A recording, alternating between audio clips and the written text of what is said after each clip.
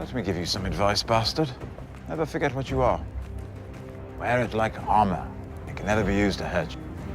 When I first heard they were interested in me for a fantasy show, I went, ugh, no. I had an inkling reading the first book, going, oh my God, this is amazing. This could really kick off.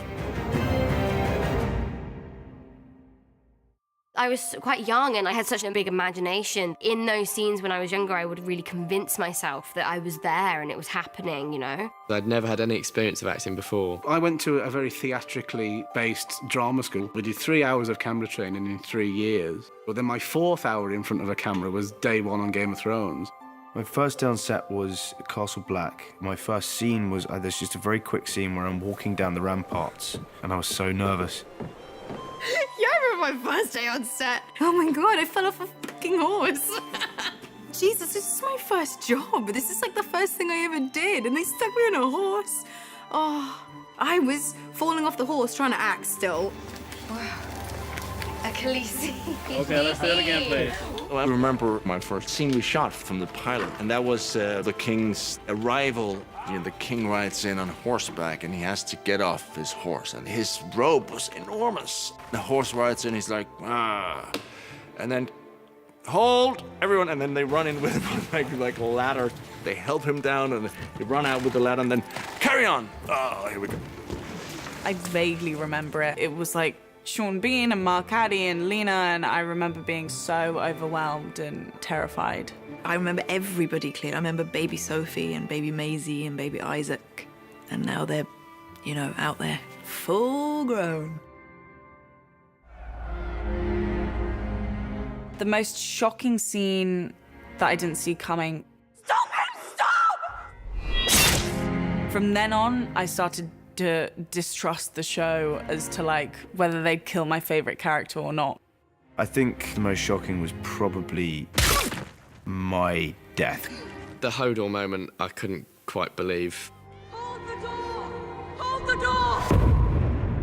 That was such a sort of, oh my God. I watched The Red Wedding, and I didn't really read into it in the script of what happened. I think I just did my bit and went la la la, and then when it came out, I remember I watched it in the morning. I'm a big guy, big tough guy, but guess what? I burst into tears. That was an absolute shocker. I remember just watching going, no, no, no, no, no, no, no, no, what? It was brilliant. Do I have to call you Lady Stark now? Yes. My favorite day on set would be the day that I was reunited with Maisie. That day on set, I've never laughed so much in my life. It was so much fun. It was the day with the wheelchair. I've still got that video, jeez. Me and Sophie just messing around on Bran's wheelchair. I think the most fun scene we shot was season 7. We shot this big sequence, the loot train attack, and we shot that in Spain. It was such a beautiful location, and there was something about being outside every day and being on horseback. I love riding. Go back, Hades! Season 3, Getting the Unsullied, was the first time that I, Amelia, got to be, you know, like, bitch and badass.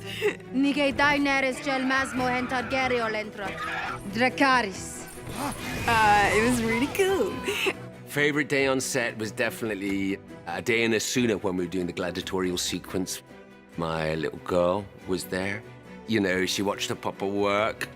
David said, oh, you know, come sit here, you can call it. She was like, action!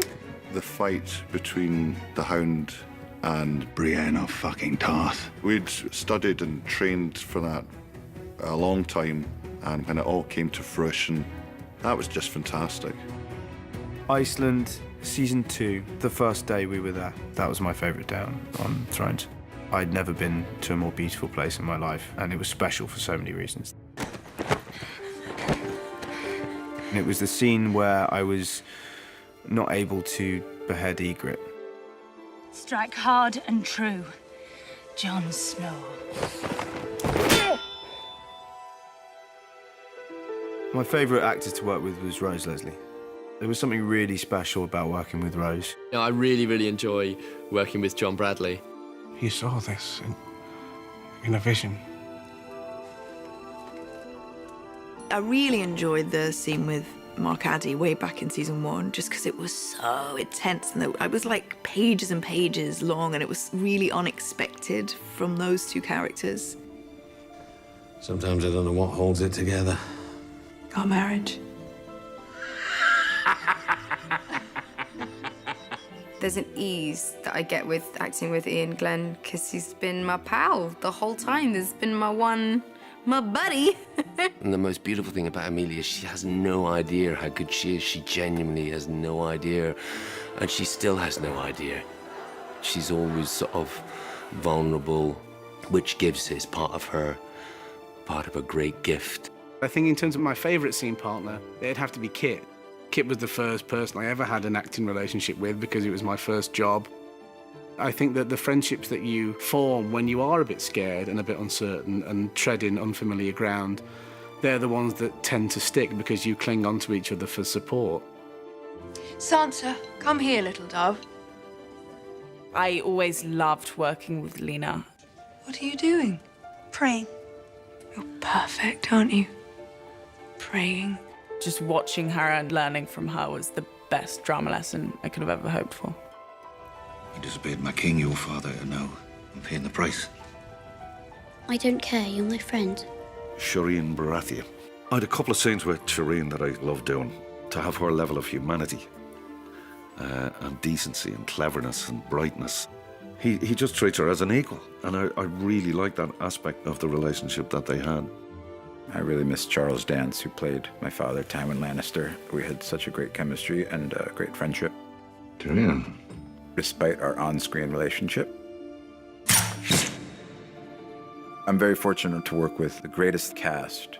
Everybody is so professional and so incredibly kind and generous to their fellow actors. Everyone involved is like a family, and it's a family that amazingly still laughs and gets on with each other 8, 9 years in. There's been no assholes, no people, divas, there's been nothing, not even a suggestion. When it's all said and done, I'll miss the dynamic of the show, because there's nothing like this show.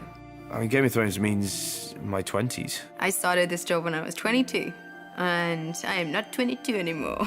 Game of Thrones is my entire career. I think I am going to have a hard time saying goodbye to Sam. It's going to be very hard to say goodbye to play Tyrion. I will miss simple things like walking on to set for the first time each year in your new bits of costume and just knowing you're part of something which is sort of at the centre of attention. Yeah, it's going to be very strange without it. It's been 8 years. I'll tell you what I won't miss. Walking around with half a fucking beard 3/4 of the year. That's Jaime Lannister, the Queen's twin brother. I was like a little puppy when I arrived. I was like Bambi on the ice. And coming to Belfast, I learned how to walk with pride and joy. I've grown up with these people. I've changed so much as a person because of these people. I'm so confident. I've just got this confidence from the show and from playing Arya.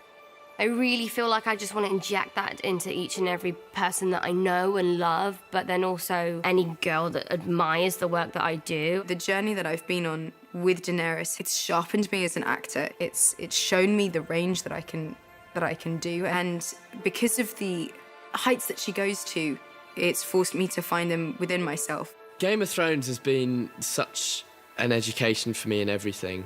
Having to be around adults from the age of 10 and work on a professional set, get up and learn your lines and really think about a character has also taught me a lot about myself. As an actor, you work and work and work and you audition and you don't get parts, and you do get parts, and sometimes they're great experiences and sometimes they're really shitty. And this has been incredible. Thrones is the Holy Grail, where it's something that is enormously, globally, massively popular, and people think it's cool. You know, people are always trying to copy things or do variations of things. It's rare you get something which is a completely original fantasy. It's the most realistic show that I've ever done that also happens to have dragons and dead people walking around in it. I think a lot of fantasy is heavy on the dragon and light on the character. We're the opposite. This show will be discovered by generations to come. It's timeless. Every season there's something else bigger than the last season and better than the last season. And here we are, season 8. It's cinematic. We're making 10-hour movies every year. The fact that this is really a full stop on this story is sad, because I think everyone's been so invested in this story that we never want to see this come to a close. But it must, and it will be good.